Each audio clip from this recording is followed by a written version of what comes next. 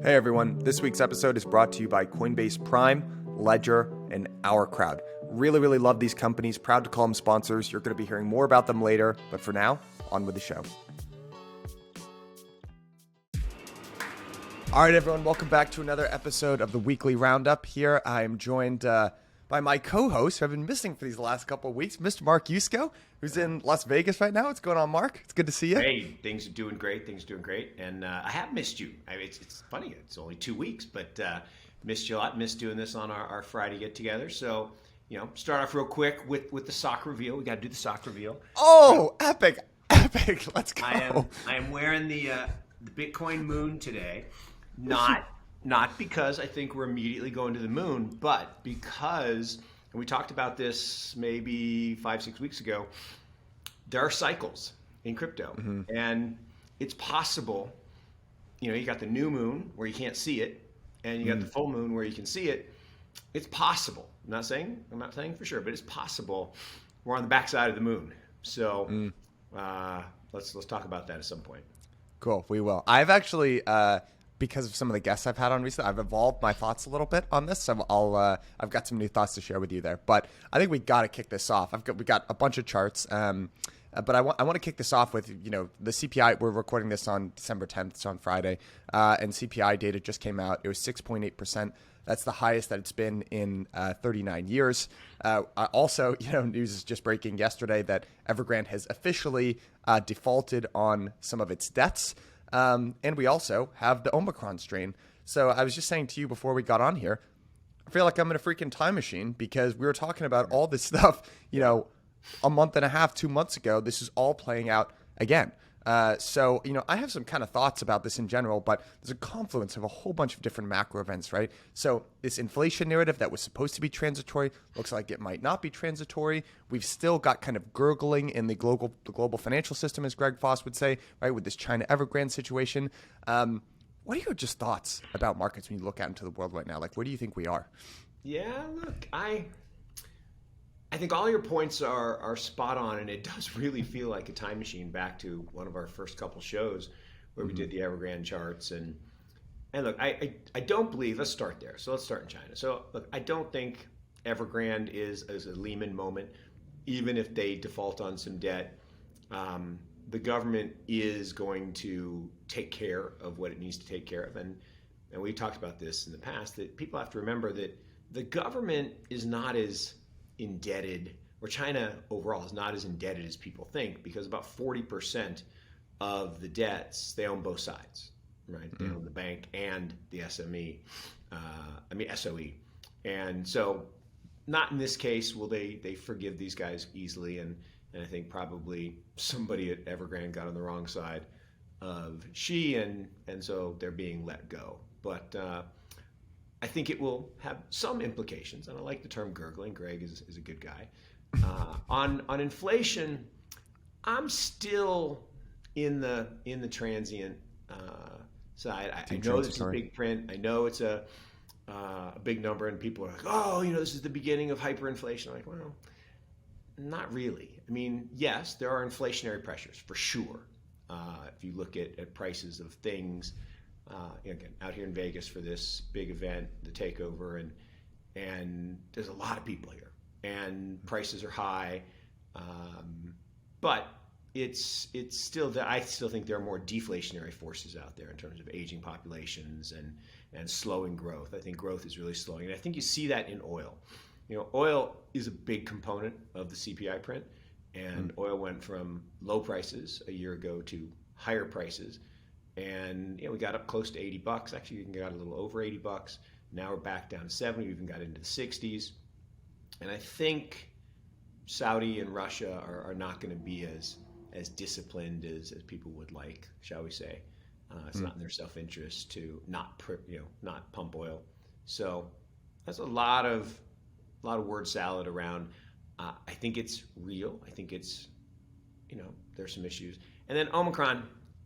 I think it's a total non-event. The flu does mutate. That's why flu vaccines don't really work. They're about 40% effective. That's why, if you do get it, you actually can get it again, right? We get the flu from time to time. And I do think that this idea that there are, what do you say, 39 different strains of it or something, that sounds more like a normalized flu than some super bug that, we're trying to kill. Yeah. Yeah, I'm with you on that thing. It's just like, it's kind of like, I feel like people are starting to finally say the quiet part out loud where it's like, guys, come on. I mean, how many boosters where it's not, you don't get 5, 4, 5, 6, whatever boosters for a vaccine. It's just an ongoing shot. I know, And Michael, that's what we one got of to my do. favorite tweets, some guy said, so I got my shot, and then I got a second shot, and I got the measles anyway. Said no one ever. Yeah. So I'm with you on that. It's funny. There's a great episode. I love Grant Williams' show. And he was recording with Julian Brigden a little while ago. And this was, you can actually go back and look this up on his show.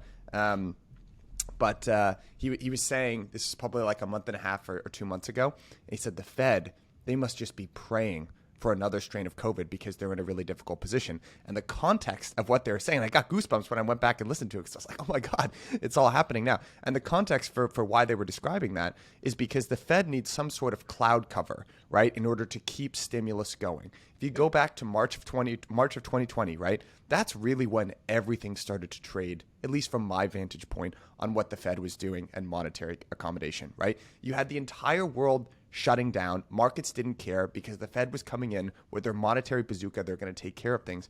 And I think that really was when everything started to trade on what central banking and the Federal Reserve in particular was doing. So now it's kind of like, okay, markets were getting spooked. At least this is my interpretation of what was happening. Markets were getting spooked because inflation was, continuing to put up these monster prints.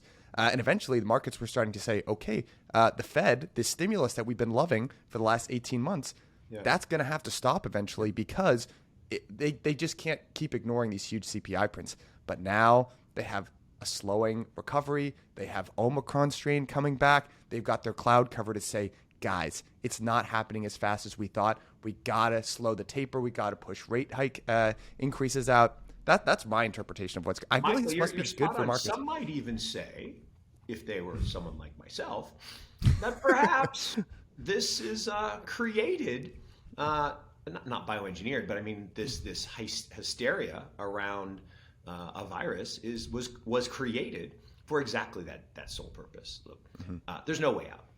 Governments around the world, the Western economies, have no way out than to devalue their currencies. No way out. Right? We've talked about this. You have 4 choices with debt. You can pay it back. You can modify it or renegotiate it. You can default on it, or you can devalue your currency. And they can't pay it back, right? They could take all the billionaires' wealth, not just some income, but all their wealth, and it wouldn't cover 1 year of the U.S. government budget.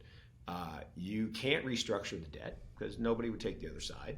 They're not going to take pennies on the dollar. You can't default because then you're out. And politicians don't like to be out. They like to be in. And so you got to devalue. And the devaluation, I did a hashtag, I don't know, 5, 6 years ago called QE forever. QE number 4 ever. And it is. We are going to have QE forever. And we're going to devalue the currency more and more. And so people say, oh, but that means then Bitcoin's got to go to the moon. Mark, that's why you got your socks on. Right? No, that's long term, yes. But not, I mean, there's cyclical ebbs and flows and different reasons, but long term, no question that this monetary debasement, don't call it inflation, that's my thing. This is not inflation. This is monetary debasement, devaluation, debauchery. And that's what we're experiencing, and it's not stopping. No way. Yeah. I do feel like we've made it over the hump in terms of COVID in general, and that this is probably what was always going to happen, right? There are going to be a whole bunch of different strains that go out there. In terms of Omicron, right, it is being reported from South Africa that this is like a more mild strain in general, and eventually, maybe the status end up being something like where you have to get your flu shot. I'm not an epidemiologist. I'm not going to speculate on that. I'm just saying I do agree with you that I don't think what we're seeing is surprising right now, basically in terms of government reaction to it. And by the way, if you go back to the Spanish flu, that ended up, we always say, oh, it's such a shame that this got politicized. Science shouldn't be political. it got politicized back then too. Course. This is just how people are when there are really shitty decisions where there's no good answer. People end up disagreeing and they do name calling and all that. Never kind of stuff. waste a good crisis is the mantra of a good politician. Never waste a good crisis. Yeah, I agree. I do want to get into charts here a little bit, and then I do want to get your opinion on Bitcoin and cycles because I've got a new theory to propose to you. But we haven't done charts in a while, so I'm going to share my screen here. And I'm actually I'm being mean here because I know this is super early in the morning for you, but I'm going to start this off with a little quiz for you here. So this is a pretty interesting chart. What do you think this is a chart of that we're looking at here?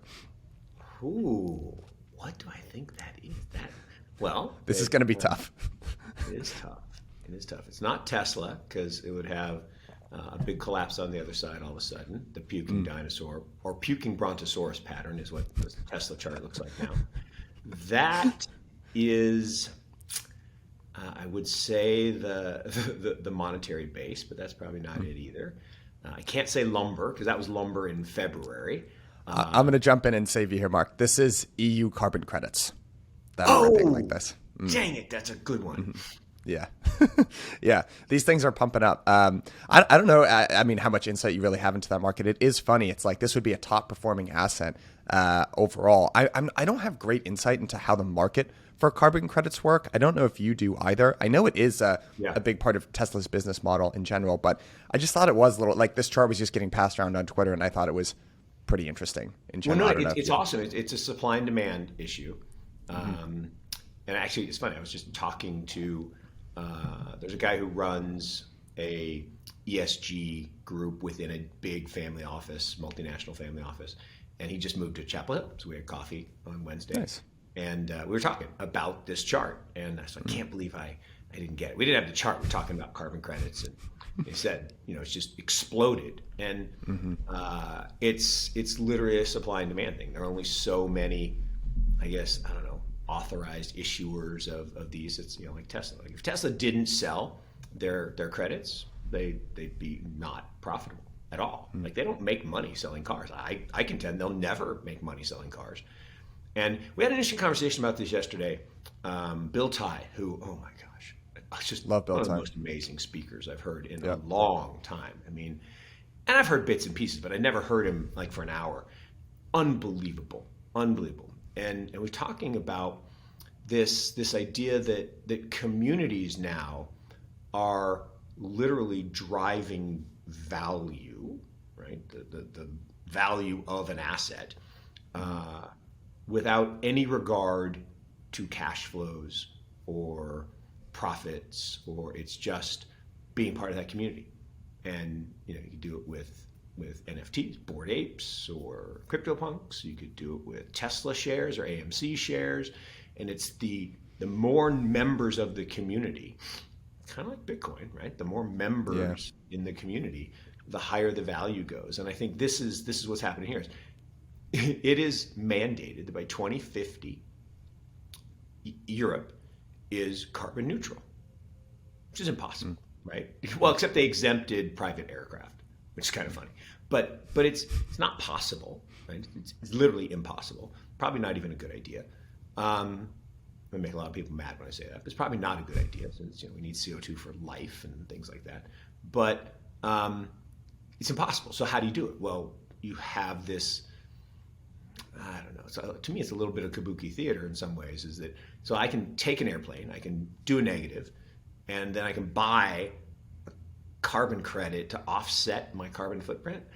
I don't know. Maybe it's more complicated than that, and I don't really understand it. That's certainly possible. But Mark, how does the markets for these carbon credits work? Actually, I'm not really 100% sure. I hear that when you say they're authorized issuers and everything. Can you just give like a synopsis of like who issues these things? What are these credits? How do they trade? How does the supply get determined? Like I always hear about carbon credit offsets and stuff like that, but I don't really have much of an understanding of how these markets actually work. I said, Michael, I'm definitely not an expert, but I do know there are certain types of businesses, EVs being one of them, that the issuance, I guess, for lack of a better term, of an electric vehicle into the world creates a a set of carbon credits because it produces less carbon when it drives. But again, I don't really understand, because the part of producing that car and mining the rare earth minerals and transporting it and doing those things all do require things that produce carbon. So I actually don't know specifically why certain industries get credit, so to speak, and then can issue these credits or sell these credits. But I do know there are a few, and this is the part that I'm pretty sketchy on.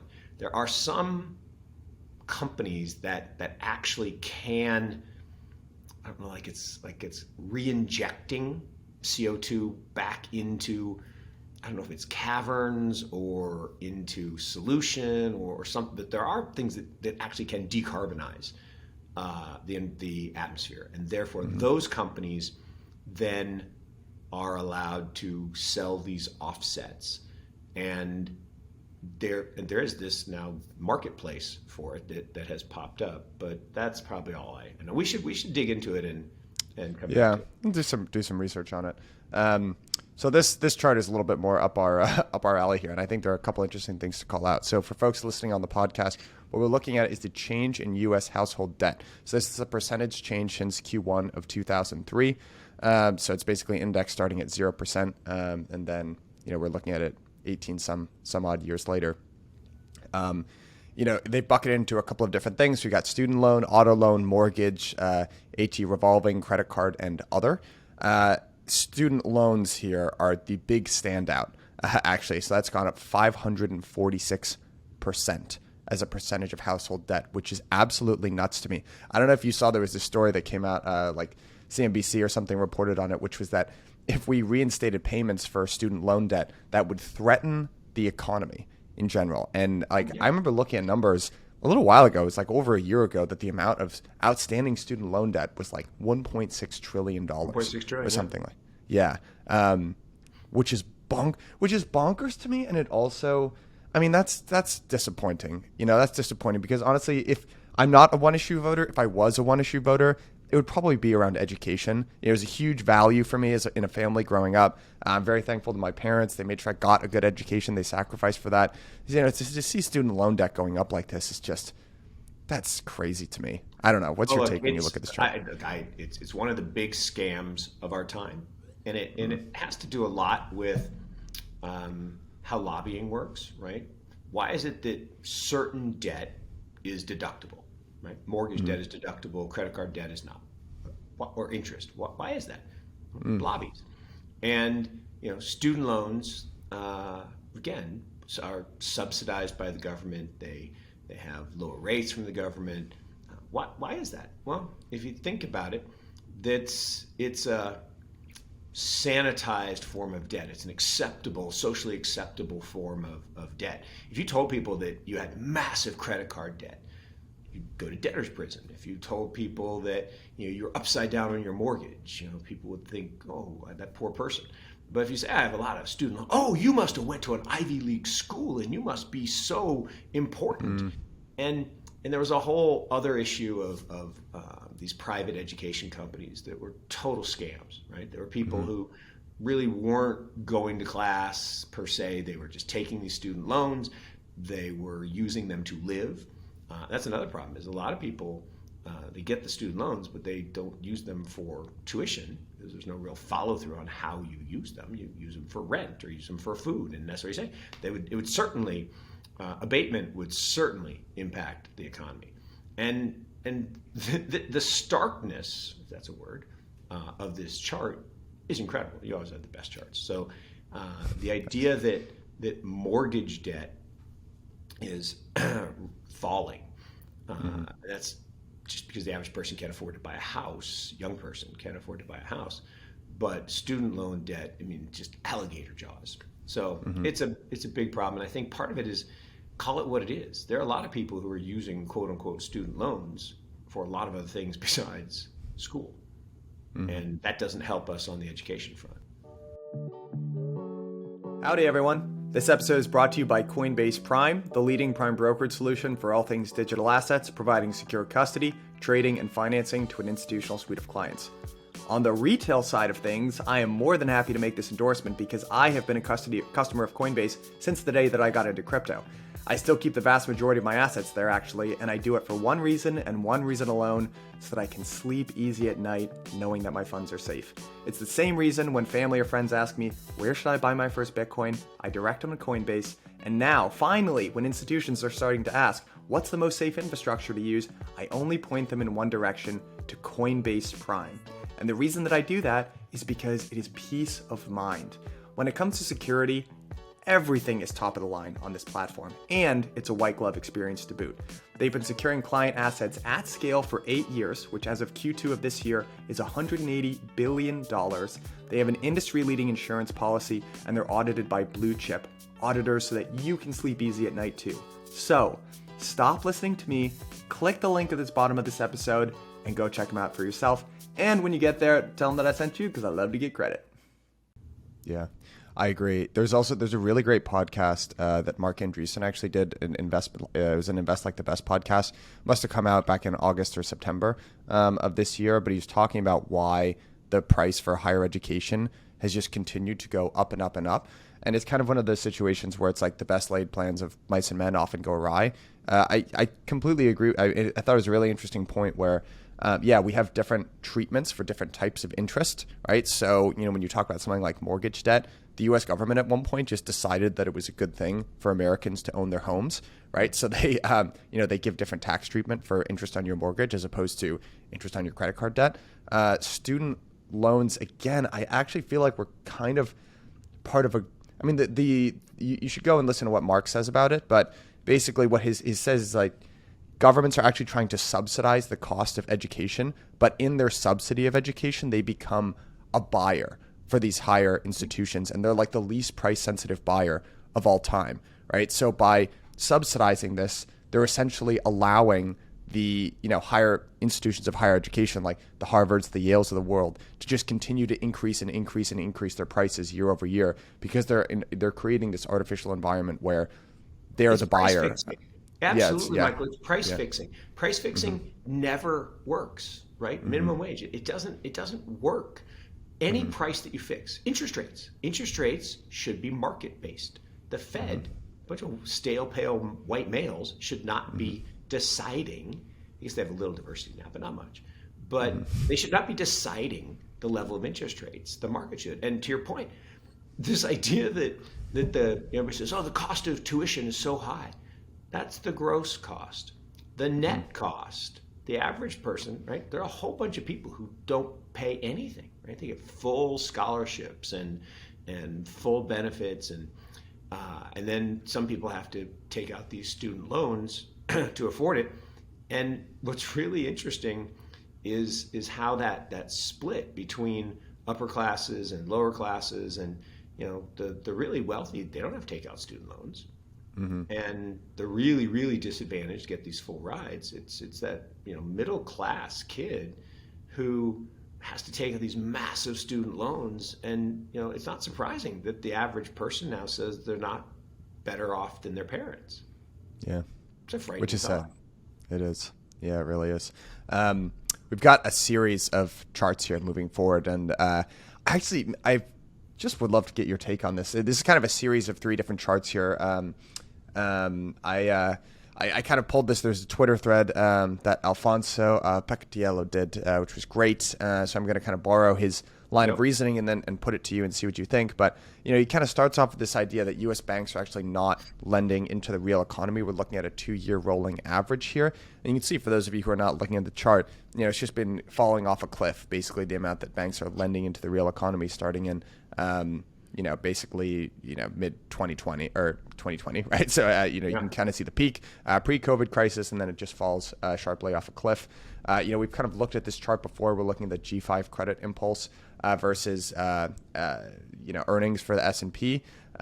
So basically the idea here being the credit impulse for the G5 leads, and then earnings tend to follow. That would be not so great because the credit impulse has basically fallen off a cliff over the course of the last couple months. And then finally, he rounds things off with this idea that we are kind of headed towards Japanification in general. So what you're looking at here is Japanese the base money supply versus broad money supply in bank loans. So we're looking at this all the way from 1999.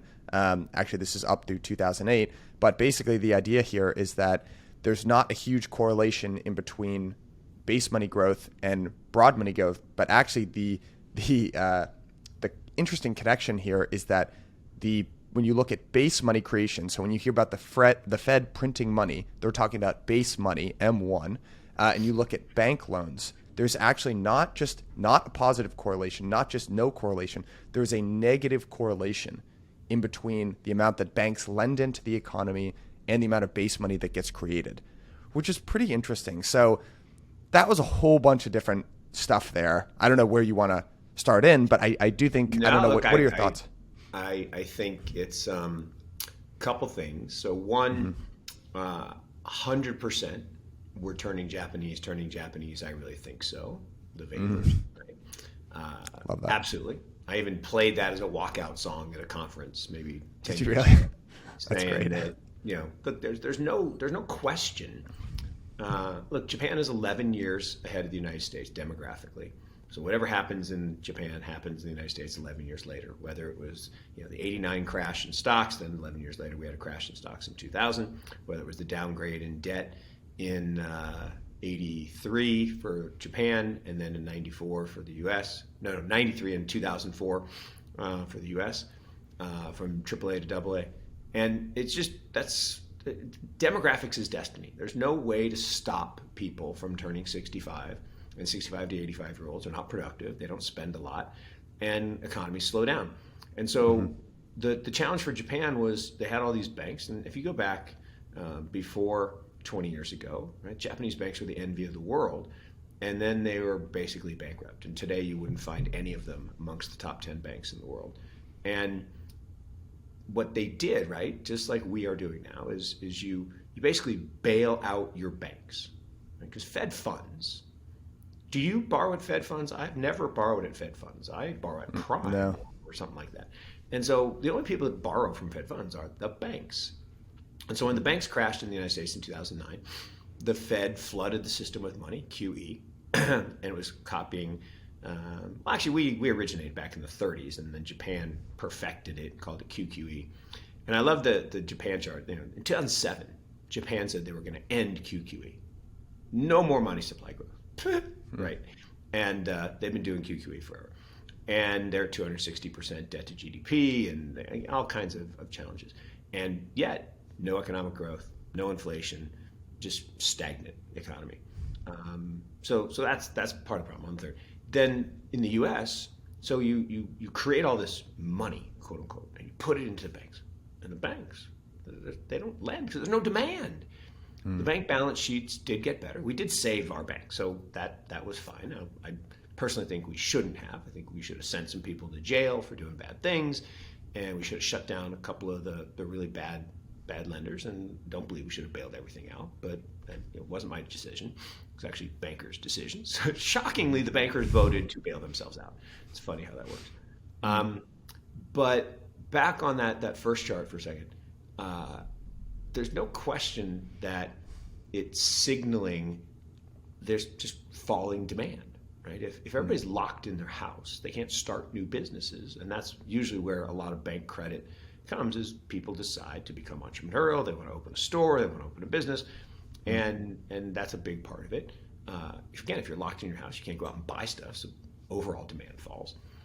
So it's not surprising to see bank lending kind of collapse in 20. What is surprising is if you pump $3 trillion,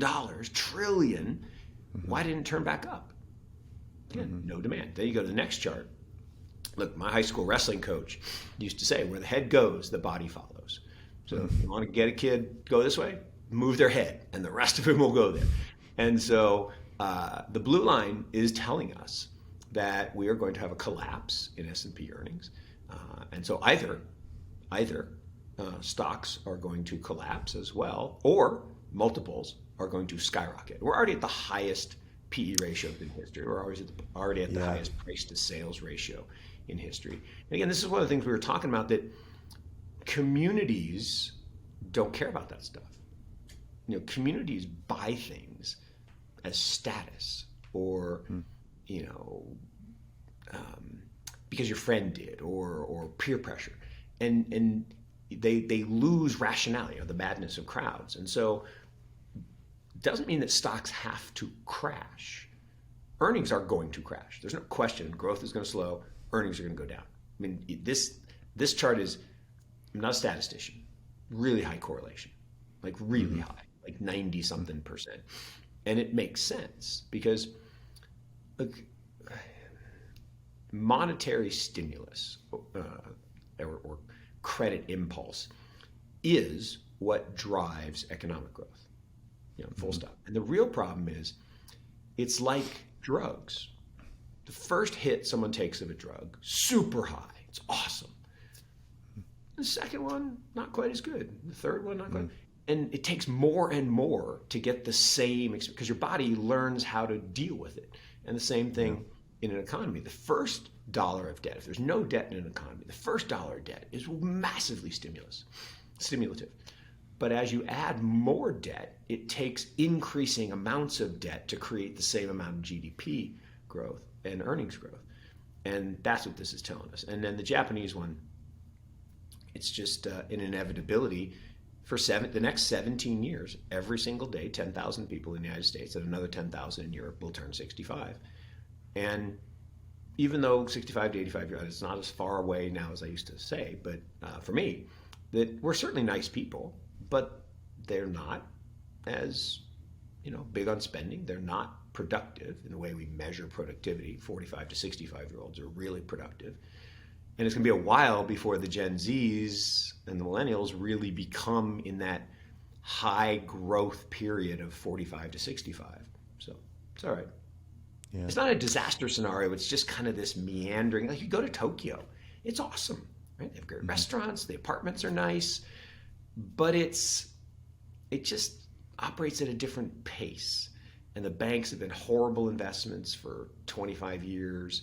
And the only thing that's been a good investment in Japan has really been tech. A few other things, but yeah, it's interesting. I also want to return to this point that you're making about communities in general.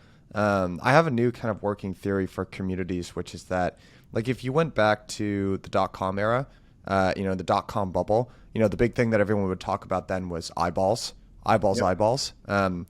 After the bust of the .com bubble, that was much derided, and it was like, how could we have ever thought that profits don't matter? How could we have ever been focused on this thing called eyeballs?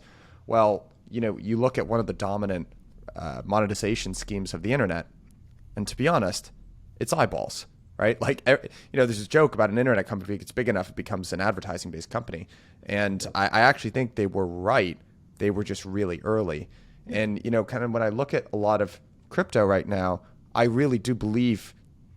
deeply believe that community is the most important thing. It's the layer zero of all these other protocols beyond, even underneath and more foundational to the success of these networks than the consensus mechanism and whatever tech is kind of baked into that network is the community of people and the memes and the messages and the marketing and the narratives that get manufactured around that. Really, the core fundamental thing that's hard to analyze or put in a chart is the community that they build up. I will say, I almost feel like we might be a little bit ahead of our skis, though, in terms of, I'm starting to see these things, it's a DAO. And, if it's a DAO, then it gets this sort of valuation as opposed to just a regular old company because it has the power of community. It's kind of like, I don't know. Just pull it. It's, again, such great analysis. But pull the thread a little bit. So a lot of people know what Nextdoor is, right? This little community thing, and everybody's kind of spying on each other. And, I was growing up, there was a show on TV called Bewitched, and there was this neighbor, Gladys Kravitz. And, don't be a Gladys. Don't be in your neighbor's face, looking, spying in the window. And that's what you use Nextdoor for. But here's the thing. Think about the people you've met on Nextdoor or experienced. Do you want that group of people making decisions on your corporation structure? I mean, anyone can be in a DAO. Anyone can have governance, and anyone can make decisions. Everyone has a vote, equal vote. And so, this goes back to representative democracies and how the framers were like, well, maybe not everybody should have a vote. Maybe only landed gentry should have a vote because we know what's best for the other people. And they had a little problem. They viewed some people as property. Okay, so we had to fix that. Pretty big problem. But women didn't get to vote, and so I love the DAO structure. I love decentralization, and I'm all in. But I totally agree with you that we are going to have many hiccups along the way. I mean, look, Constitution DAO, great idea. People came together. They raised money. Of course, then somebody who has more money, almost literally than God, said, "Nope, I'll take that." So whatever your bid was, I bid $1 more. And now what do we do? Oh, now we're going to go do this or do this. Well, that wasn't really the plan, and you actually didn't think through, well, what if we don't get it? I don't know. When it comes to crypto, security and custody is paramount. Introducing this episode's sponsor, Ledger, your secure gateway to buy, exchange, and grow your crypto assets. I know I've got a smart audience, so I'm assuming/hoping that most of you already have your Ledger hardware wallet, but just in case you don't, this is how I think about it. I wouldn't get into a car if I couldn't wear a seatbelt, and I don't operate in crypto unless I can do it from my Ledger hardware wallet. Crypto is really exciting, but it is still the Wild West. There are lots of risks, and Ledger is the easiest way to make sure that you are still protected. And the best part about Ledger is that you don't need to make any trade-offs between security of your funds and utility of your assets because Ledger has Ledger Live, which is a software. It syncs right up to your Ledger hardware wallet, and you can do anything that you'd want to do with your crypto assets. You can easily send and receive, you can buy and exchange, and you can get access to staking. And they've actually started to aggregate some of the best DeFi apps and services out there. Two of my favorites, Paraswap, a decentralized aggregator, and they've got Lido for staking. And stay tuned, I'm going to keep you guys updated. They've got some really cool services coming out soon. Aave, Compound, and 1inch among them. So if you take one thing away from this, guys, please make sure that you're protected in this space. Get yourself a Ledger hardware wallet today and start using the Ledger Live app. Click the link at the bottom of this episode. Thank me later. All around the world, tech companies are innovating and driving returns for investors. Our Crowd takes a global bird's eye view of private markets and brings the companies with the greatest growth potential to you to invest in. One of my favorite quotes from Jim Bianco is when he says, "I hate it when people tell me to invest like Warren Buffett. I wish I could invest like that guy. He sees all the best deals." Well, Our Crowd is addressing exactly that issue by bringing private companies to you when you can take advantage of them, i.e. when they're still early. Our Crowd's accredited investors have already invested over $1 billion in growing tech companies, and many have benefited from the 46 IPOs or otherwise sale exits that they've experienced on the platform. Join the fastest growing venture capital investment community at ourcrowd.com/OTM. Again, that is ourcrowd.com/OTM. If you take one thing away from this, be it that you should include OTM when you join Our Crowd. We'll see you soon. I'm with you. I think in general, like I have, what's that phrase people say, like the mark of a good investor is being able to hold two contrarian ideas in their head at the same time. And I've personally struggled on 100%. DAOs a little bit because, I've some prediction episode Jason and I did like a year ago. I believe deeply in DAOs. I just kind of look at them and I'm like, gut intuition, this feels like the right direction. This feels like the future. But at the same time, I can't help but look at it and say, I think there are a lot of problems with how this governance structure plays out. And I think you're starting to see cracks in like pretty famous DAOs. So I don't know, this is like pretty in the weeds crypto thing, but there's a guy named Joseph DeLong. He's the CTO, or formerly now the CTO at Sushi, which is Sushi is a DAO in terms of how they're structured. He tweeted this thing out, I think on December 6th or like the beginning of this week. And he's like, look, guys, unless I can pass the upgrades that I want to pass for this platform, and unless we can radically change how we're doing compensation here, then I'm going to leave. I'm going to leave and do something else, right? And 3 days later, he leaves. And, there was another thing that didn't really make it into news headlines, but was really interesting. There was an ex-employee of Maker, and she posted this whole thing, basically on an open forum, accusing Rune Christensen of MakerDAO, the co-founder, of being a dictator. And then he needs to respond in this open way. And I was blown away. I was blown away by this exchange. I sent it to a lot of people. I don't think they thought it was as interesting as I did. But as a as a founder, a lot of what your job is, you're managing people, and you're kind of working at, hey, this person said this thing I didn't like, or this other person said this thing, and you're kind of like, okay, well, you try to see their point of view, whatever. And I had two big takeaways, which is, at an early stage of a company, which, by the way, early stage can be like 5 to 7 years, you need someone with a strong vision pushing things forward. Seriously, like the roadmap is not 2 years and then it becomes decentralized. It's like 5 to 10 years should be the assumption of the dictator, and then they give the power away. Yeah. And resolving employee disputes or human disputes in an open public forum is a recipe for disaster. I will die on that hill. That is 100%. Not how disputes should be resolved. No, 100%. Look, there's a great saying that you cannot have true democracy without economic stability. And so therefore there is a period, to your exact point, right, where dictator / autocrat, whatever it happens to be, strong hand leader, is actually needed.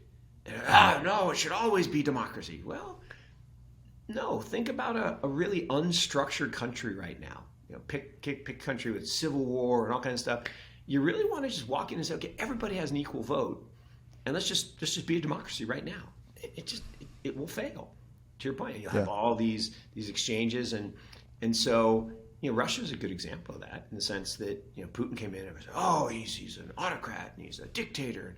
Well, Russia's actually kind of gone like this, and as they got more economically stable, then they could shift, and they're not even close to perfect democracy, but people do vote, and maybe they count the votes funny, I don't know, but if you asked people there if they feel better than they did 10 years or 20 years ago, they say, oh my God, are you kidding? Of course, there's food in the stores and I can get around. And so it can't have democratic or political systems that are stable without economic stability.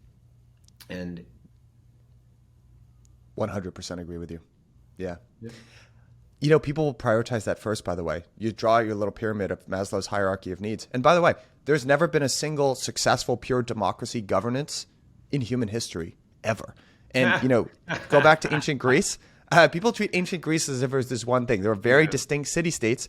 If you look at something like Sparta versus something like Athens, Sparta was basically, if you looked at the governance structure of that, you would call it like an autocratic regime. It was a super strict oligopoly. It was based on slave labor. They treated their helots like horribly badly.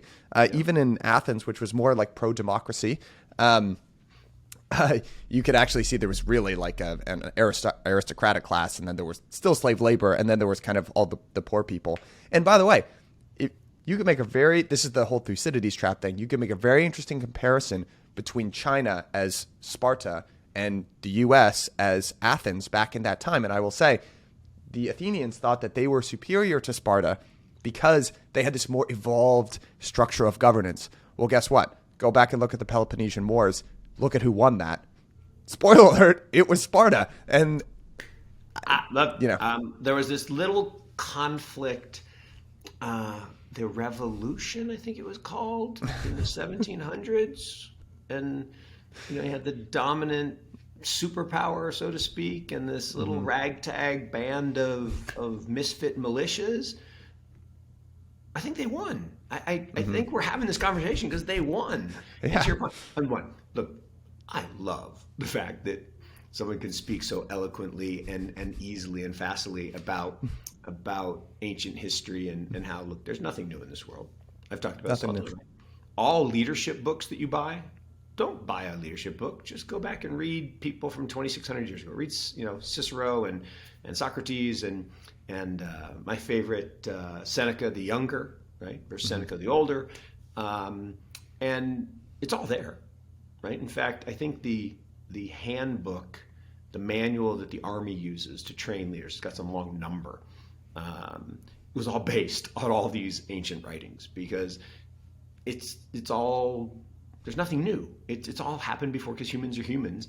And to your point, there was this aristocratic class that had democracy, and they had tunics, and they had But there was a whole bunch of people doing the work who had a little different view of the world. And I don't know. It's, I do think American exceptionalism. I talk about this all the time, right? I'm a Notre Dame football fan, so I'm licking my wounds. Oh, we didn't get in and, should have been in. No, we lost, right? We lost to Cincinnati, so we don't get in. But I said, Americans are like Notre Dame football fans, right? We remember a past that never was. And we, for whatever reason, don't remember. I tell people, watch the movie Gangs of New York and see what America was like in 1860s through 1920. It was a mess. It was a chaotic mess run by gangs. And you literally would walk down the streets of New York and you could get killed for no good reason other than you crossed the wrong side of the street or you wore the wrong hat or whatever. And we've come a long way. But now we act as if everyone else should be like us instead of thinking, well, maybe they're at a different point along that path from 1860 to 1890 to 1920 to 1950. And I was with this guy. This team is awesome. So investor based in China, a younger guy in his 40s. And the guy's crushing it. I mean, crushing it. Making 5, 10x returns on everything he touches. And, what does he do? He invests in simple companies, B2B companies. Like he invested in this thing called Fat Bear. What is Fat Bear? Fat Bear is Home Depot. Turns out that investing in Home Depot 30 years ago would have worked out for you as people started to buy homes and fix up their homes. And he quoted some stats on, Chinese couples buying their first home and moving out from the family and how much money they're going to spend on renovating their homes. And I was like, yep, we're going to make 30 times our money on this. I mean, it's just, and he's not doing anything rocket science. He's just looking at where the United States was in 1970, forecasting the next 30 years and saying, oh, look, we took 700 million people out of abject poverty. And guess what? When you come out of abject poverty, you think, I should have an air conditioner, and I should have a scooter, and I should have a mobile phone. Then I should get an apartment, and then I should get a house, and then I should get a car.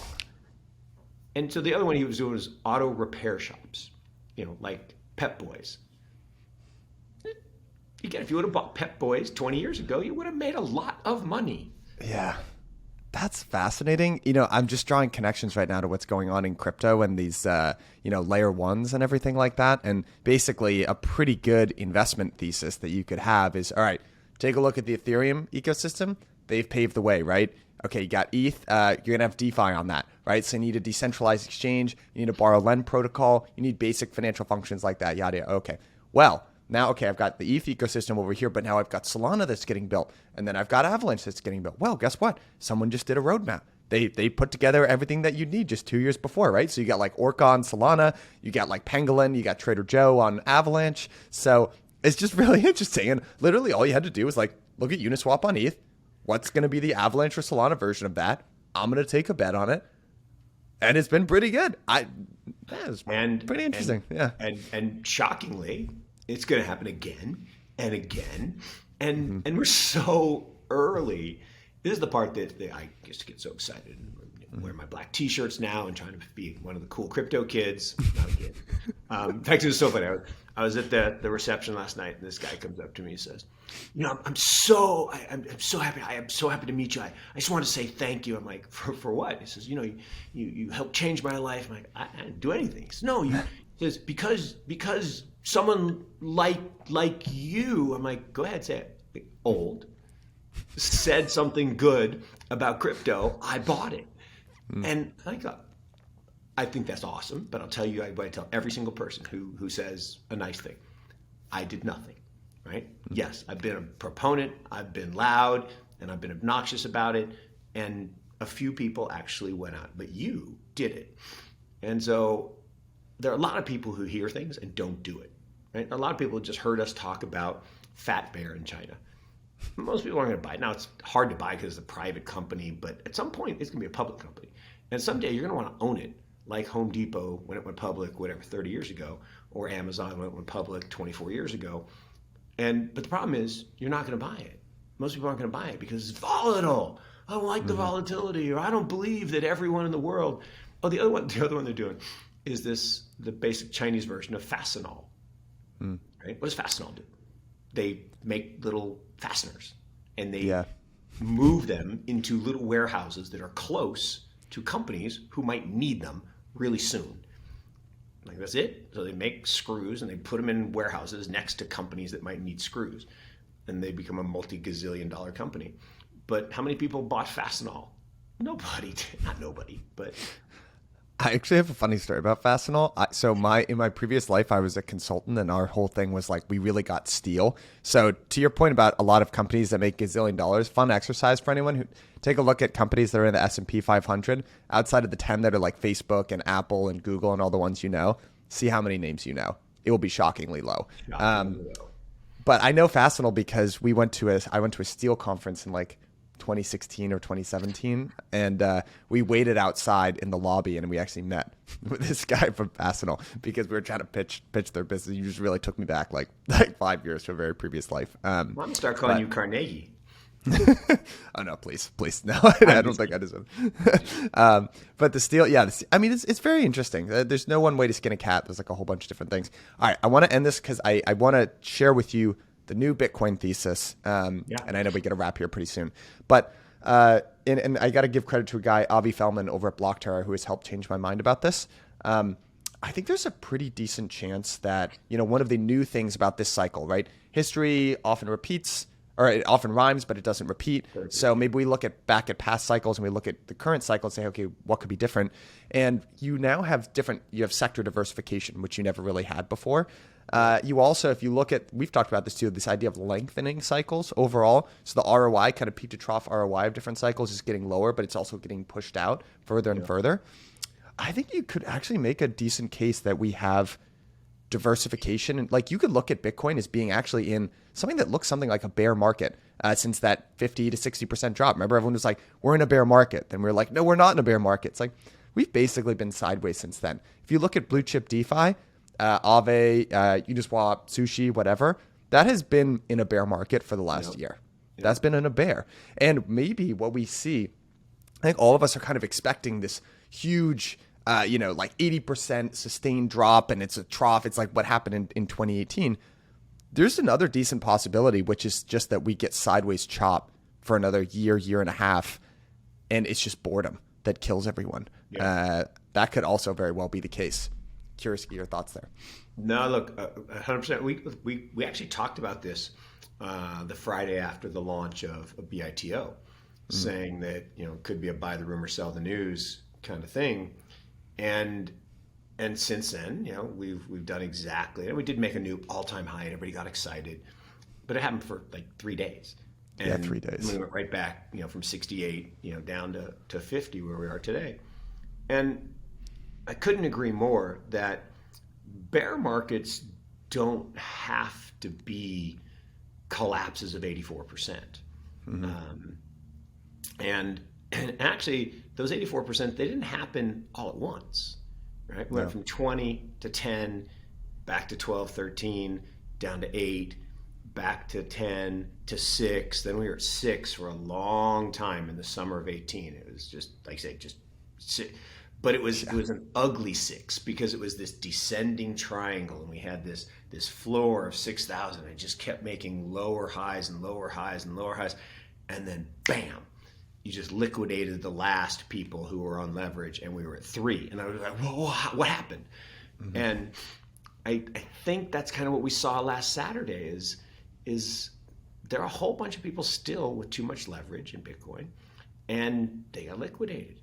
And when you get liquidated, the price isn't going to fall. Now, this time it didn't fall 50%. It fell 20%. But here's the problem is if I look at the Bitcoin chart on your point of boredom, it's been doing this. It's been making lower highs and not flat lows. I mean, not flat lows, but lower lows. That is a bearish chart. And look, I argue with my partners every Monday at our partner meeting about this because they're still, all in on the bull side. And one of my favorite sayings in investing is hope is not an investment strategy. It's actually a 4-letter word. And when you get to the point where you are hoping that something happens, or hoping that 2013, so it was all about, this is 2017 all over again, and we got the stock to flow model, and look, I love Plan B. I think he's brilliant. But I think what happened, and we've talked about this, I think what happened is in 2013 and 2017, there were no models. Right? In fact, 2013, there was nothing.